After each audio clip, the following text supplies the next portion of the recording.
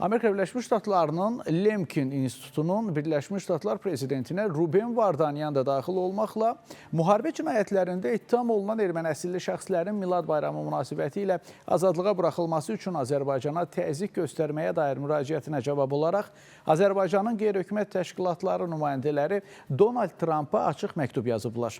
Azərbaycan QT-ləri bu təsisatı Ermənistandakı revanşist qrupun maraqlarını ifadə etməkdə, Azərbaycanla Ermənistan arasında sülh gündəliyini sarsıtmağa çalışmaqda ittiham edib.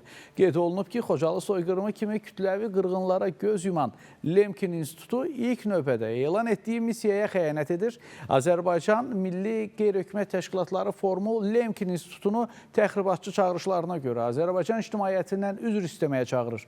Azərbaycan QT-lərinin ABŞ liderinə müraciətində bildirilir ki, dezinformasiya kampaniyaları aparanlar 30 ildən artıq davam etmiş işğal dövründə terrorizmin maliyyələşdirilməsi, təcavüzkar müharibənin aparılması və insanlıq əleyhinə cinayətlərin törədilməsi ilə bağlı ittiham olunan şəxsləri girovlar kimi qələmə verməyə çalışırlar. Saxlanılan şəxslərdən biri əvvəlki dövrdə USAID rəhbəri ilə sıx əlaqələri olan Rusiya-Ermənistan əsilli oliqarx Ruben Vardanyandır. O, Cənubi Qafqaz regionunda sülhün əldə edilməsinin qarşısını almaq məqsədi ilə Azərbaycanın əvvəllər işğal altında olmuş ərazilərində yaradılmış oyuncaq rejimə dövlət naziri kimi göndərilmişdi.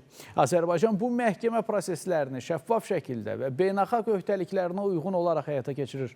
Ruben Vardanyanla bağlı iş də daxil olmaqla hüquqi icraatlar məhkəmə kollegiyaları tərəfindən aparılır və ictimaiyyət üçün açıqdır.